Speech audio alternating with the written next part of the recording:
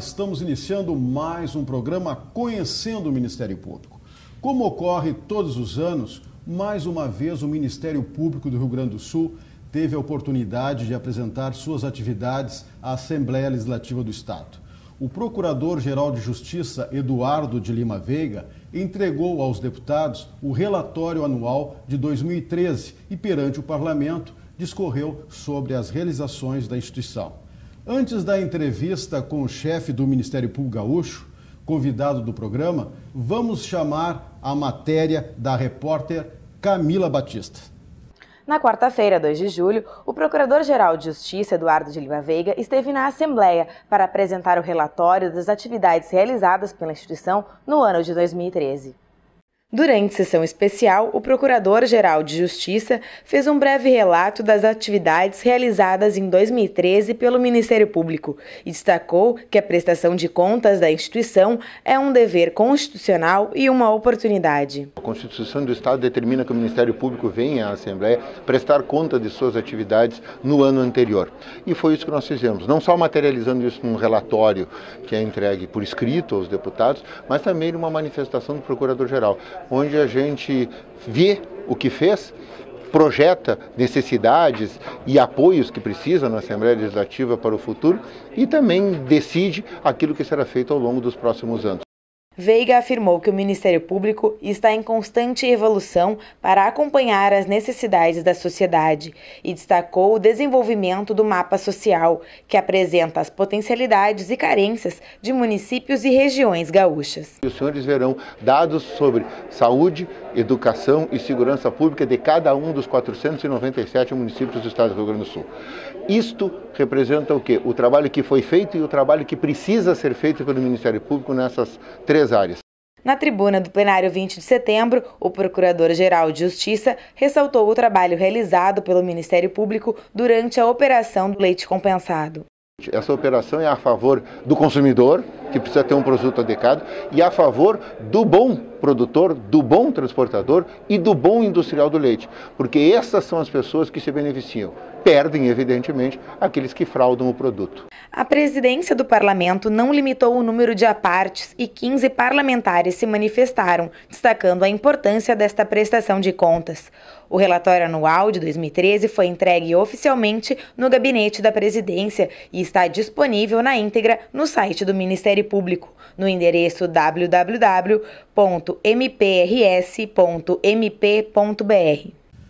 Doutor Eduardo de Lima Veiga, eu quero dizer que é um prazer tê-lo aqui conosco no programa. Gostaria também de lhe cumprimentar pela prestação de contas feita à Assembleia Legislativa do Estado, uma prestação de contas objetiva, surpreendente, que deixou muito satisfeito os parlamentares.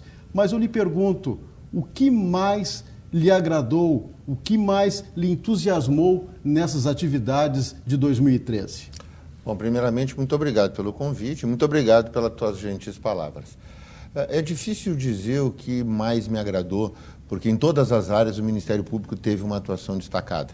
Qualquer uma delas que a gente pense, nós tivemos, em algum momento, influência decisiva na vida de todos os gaúchos. Mas eu, se me permite destacar uma coisa, e se é o que tu perguntas, eu vou ficar com aquilo que mais impressionou os deputados mesmo, que foi o nosso mapa social.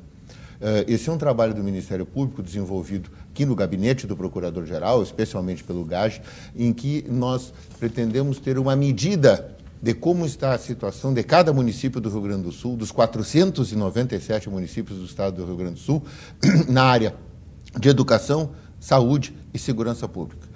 Isso está disponível a todos os cidadãos, está na internet para os administradores públicos, para os administrados e para os membros do MP. Ali estão os pontos nos quais nós devemos influenciar. É ali que nós temos que ver notado o nosso trabalho. E é naqueles indicadores e aqueles índices que nós temos que modificar. Quando nós vemos a taxa de evasão dos estudantes, ou as boas e as más escolas, e ali o cidadão vai encontrar as 5 melhores e as 5 piores escolas do seu município, nos anos fundamentais, nos anos do ensino médio, aonde ele quiser, há dados concretos ali para que cada munícipe, cada administrador saiba onde e como atuar. E principalmente para que o Ministério Público seja cobrado nessas atividades, para que nós possamos impactar exatamente naquilo que mais aflige o cidadão gaúcho, que são saúde, educação e segurança pública. Há muito tempo, o Ministério Público Gaúcho é pioneiro em várias frentes de atuação. Para atender os anseios da sociedade, existe um caminho árduo. E eu lhe pergunto, para atingir a democracia plena, inclusiva, o que é preciso? Ora, a democracia é um conceito em permanente construção. Tá? Se nós formos olhar os primórdios da democracia, ela se confundia simplesmente com o voto. Né? One man, one vote. Era o princípio democrático ali do início do século XVIII. Ora, isso mudou. Nós vamos com Amartya Sen, onde ele diz que democracia é o governo pelo debate e que governa-se democraticamente debatendo constantemente. Me parece que essa vai ser a tônica do século XXI, das democracias do século XXI, que é incrementar as formas de participação popular e fazer com que o cidadão deixe de ser um mero receptor de benefícios ou de benesses que alguém resolve por ele. E ele passa a ser agente do seu próprio destino e ele passa a resolver aquilo que é necessário para a sua felicidade e a sua formação pessoal. Ele passa a ser decisivo, a Amartya Sen fala nisso, né? Agente de transformação do seu próprio destino. A Amartya vê as liberdades individuais como um compromisso social. E é esta forma pela qual nós temos que ver. Me parece que a democracia do século XXI e a participação social serão indissociáveis daqui para frente. Os membros do Ministério Público são agentes de transformação social. Eles trabalham em prol da sociedade. A tendência, me parece, cada vez mais é que o promotor de justiça, principalmente, que está sempre ali na área de atuação, em contato com a sociedade, ele fique trabalhando cada vez mais naquela fronteira entre o sistema político e o sistema de justiça? Ora, quando a gente trata de democracia e nesse diálogo, vamos dizer assim, da sociedade com o governo, eu volto a Amartya, porque eu sou muito seduzido pelas ideias dele, onde ele diz que nós temos que atuar nas necessidades concretas das pessoas, nas necessidades das pessoas reais, daquelas pessoas que a gente encontra na rua. Este é o foco de atuação do Ministério Público e é o foco de atuação de qualquer governo, seja através desse debate público ou seja através das instâncias de solução do governo. Esta indução de políticas públicas que a gente fala, ela necessita, primeiro, da participação popular na feitura da política pública. O Ministério Público não decide políticas públicas. Nós não decidimos qual é a política de saúde, ou a política de educação, ou a política de segurança pública. Mas, uma vez definida, quaisquer dessas políticas transformam-se em lei. O nosso objetivo é garantir que haja participação popular e que essas leis reflitam as necessidades das pessoas reais. Mas, uma vez leis, nós temos que fazer com que elas se concretizem na vida das pessoas, no cotidiano de cada uma delas. Se tu me permites um exemplo, nós não definimos que a oferta de vagas para crianças na educação infantil deva ser 100% até 2016 e que a oferta de creche deva ser 100% até 2020. Isso é uma política pública onde a sociedade chegou à conclusão que isso era uma necessidade. Cabe ao Ministério Público fazer com que isso se cumpra. E se tu me permite um exemplo, nós estamos fazendo isso. Só para nós debitamos, e esse é o nosso relatório que foi enviado à Assembleia Legislativa, aos deputados, nós debitamos a nossa direta atuação, a criação de 1.079 vagas em Caxias do Sul para crianças na educação infantil, 550 vagas em Pelotas, 288 em Piratini, e eu vou parar por aqui, porque são vários municípios e a nossa atuação foi vasta. No ano passado, nós debitamos a nossa atuação, a criação de 30 mil vagas em todo o estado do Rio Grande do Sul, de um número final que beira os 200 mil. E esse é o nosso objetivo, fazer com que esta política pública, que foi decidida pelos órgãos e instâncias competentes, reflita no benefício das pessoas concretas, das necessidades sociais, agora, prementes. Doutor Eduardo, o Ministério Público é fiscal da lei, é um indutor de políticas públicas, como o senhor mesmo diz, e tem trabalhado, ultimamente, buscando a via extrajudicial. Mas, às vezes, esse trabalho todo não é possível.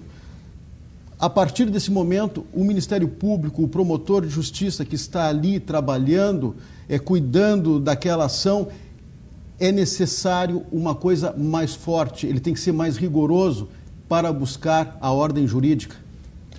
Ora, como eu estava dizendo, essas políticas públicas, elas são definidas em lei.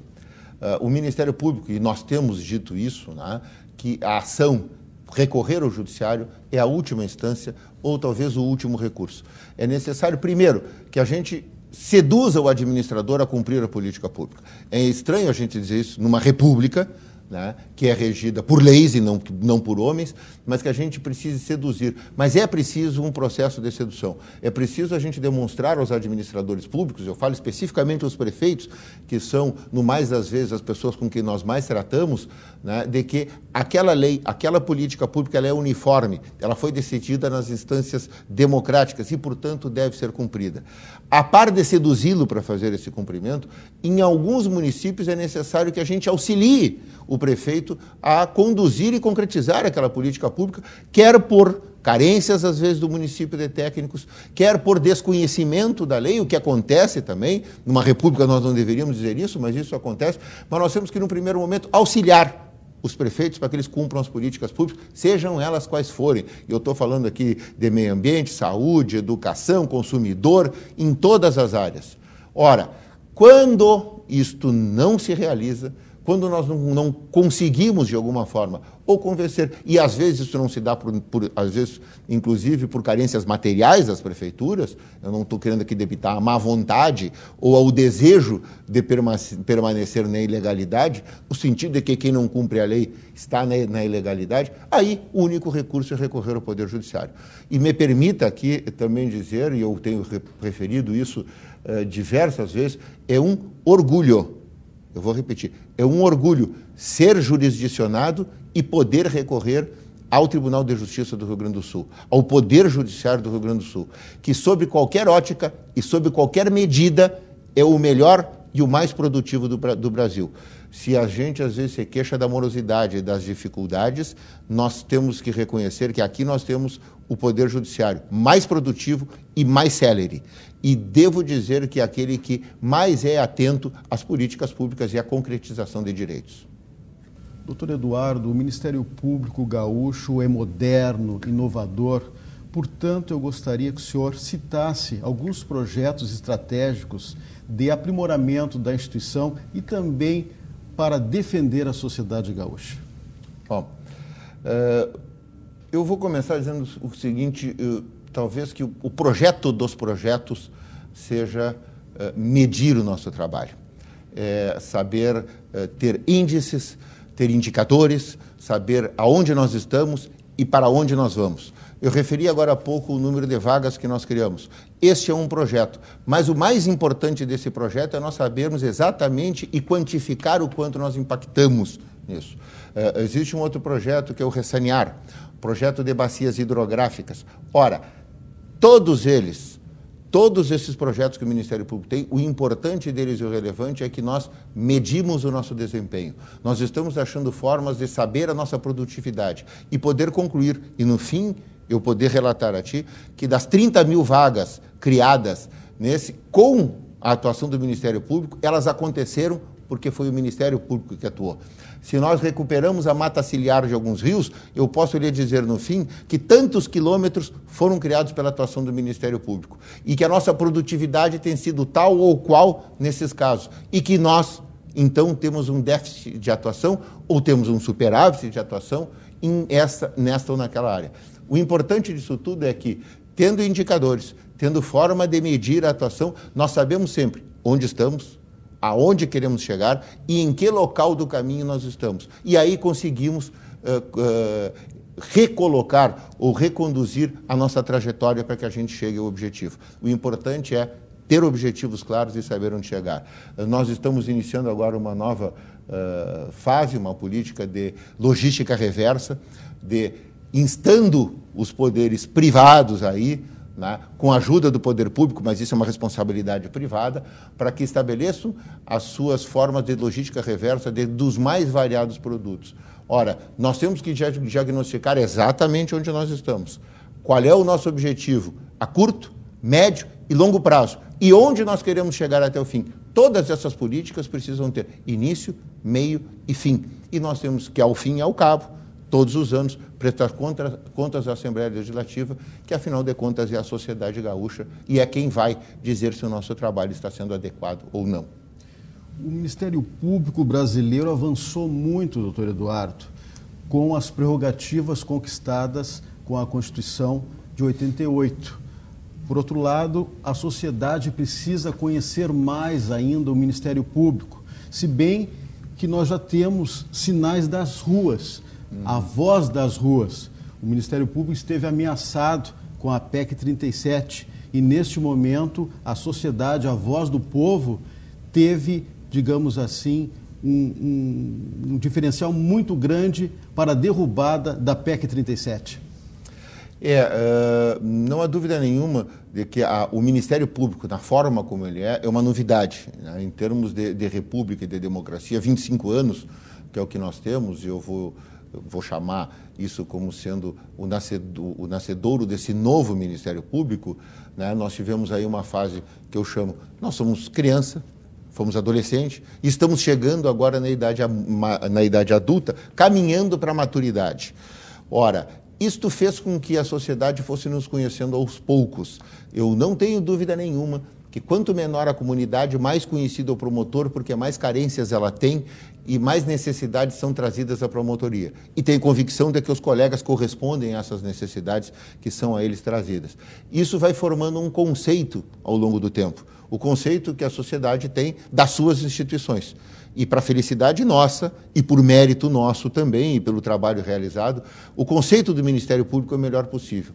Isto proporcionou com que a população, embora talvez não pudesse entender a amplitude do significado do seu gesto, entendesse que se o Ministério Público estava contra a PEC 37, era aquele o lado que a sociedade deveria estar.